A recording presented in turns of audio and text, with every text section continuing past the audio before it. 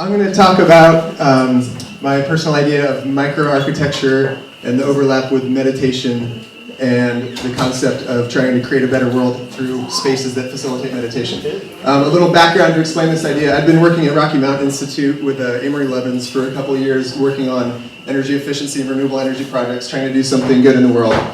100% committed to the mission and quite discordant with the act of sitting at a desk for 40 hours plus a week. So I got on the airplane, I traveled about 70,000 miles in the next year.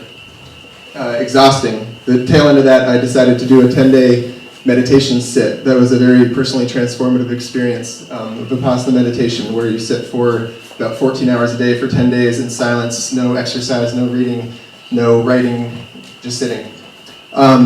Changed my life in many ways, but I tried to find a way to express that in my forward everyday existence and found that space was a real key central concept of this, and finding a space to practice was extremely difficult. There are distractions everywhere. Bedrooms don't work. Sitting outside, you get splashed with cars. It's tough.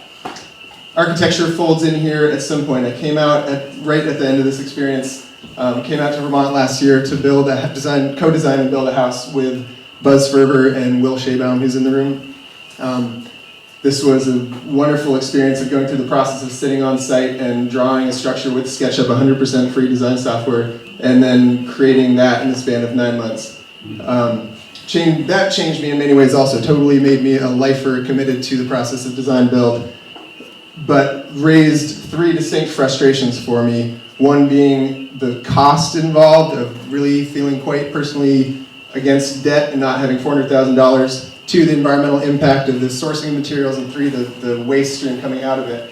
So seeing those 3 ideas coming together and the desire for a space to find meditation in, the idea of creating single-person meditation temples became a perfect point to play with all those things, and specifically to use waste products from construction to create these things from. It seemed like solving 4 problems with one concept.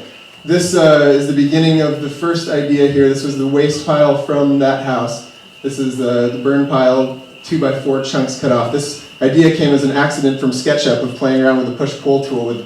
I had a very elaborate 1,000-piece design that had to be coopered and cut specifically, and I liberated myself by doing randomness. This is in our garage in Montpelier. Very tight construction space, but about roughly a little over 1,000 blocks, all glued and kind of fang-nailed, double-sided, so every piece is redundant in form.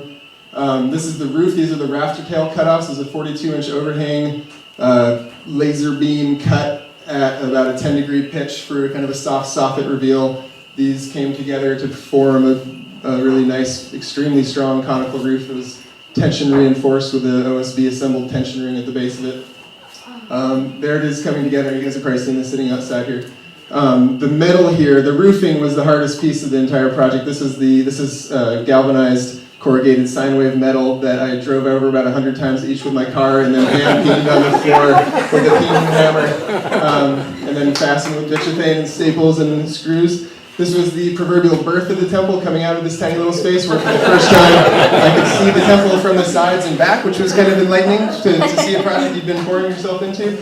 Driving down Main Street in Montpelier with this on the rig was a delightful experience of watching the heads turn, of seeing something that people had never seen before. It made me want to drive to Times Square and let people come and sit. This was made for the art auction at Yestermorrow that did not sell, which I was upset about for about 30 seconds and then very pleased with. I've donated it to the Center for Whole Communities up in Knoll Farm up the road, so we're going to install that I think a week from today if anyone wants to come and help. Found a beautiful site. The project, I kind of on a limb sent it out to inhabitat.com, which is the only website that I read every day, and they took it up and published it, and it got picked up really quickly. About 20 different design sites around the world picked it up and posted it. Just got invited into a book coming out of Berlin called Closer to God. That's an exploration of temple design around the world. Then I decided to do another one, very different form, structure, massing, again committed to salvage material and design. I went out to Marin, California to do this with a friend. This design actually was informed by material response, but the real challenge in this was showing up to his place sight unseen and going out for one day. We had 10 days to do this, going out for one day to salvage material. And this was extremely enlightening to figure out that you can get as much free material as you want if your design can adapt. This is from going to 3 lumber yards and finding 1 new construction site. We got all the material to do this. This is a flat roof. This is all stickers from a lumber yard, rabbited on the bottom side that we cleaned up and type bond 3'd and screwed the whole way through. This thing is extremely strong. You could set posts on the corners and just jump as hard as you can in the middle. 0 deflection, super strong. This is the interior coming together. All salvage slat fitting into this kind of Japanese geometric framework that's got redwood, white oak, cedar, pine, fir, ipe, just extreme, wonderful opportunity to use an abundance of otherwise scrap material and stained glass. A new piece added to this one was live organic salvage redwood. We went out to the forest about midnight and pulled some redwood branches that were falling down and milled them up ourselves. It's a flat roof, going to be a green roof, and this one's wired up to, this is not quite finished, but it's going to have rope light and stained glass around the entire top. Thinking forward of where I'd like this idea to go, I've fallen deeply in love with stained glass, very much thanks to Larry Rebecki, genius in our midst. I just did this in a class with him a couple weeks ago, and very much wanting to bring the idea of stained glass and its historical uses back into a kind of more spiritual centered presence.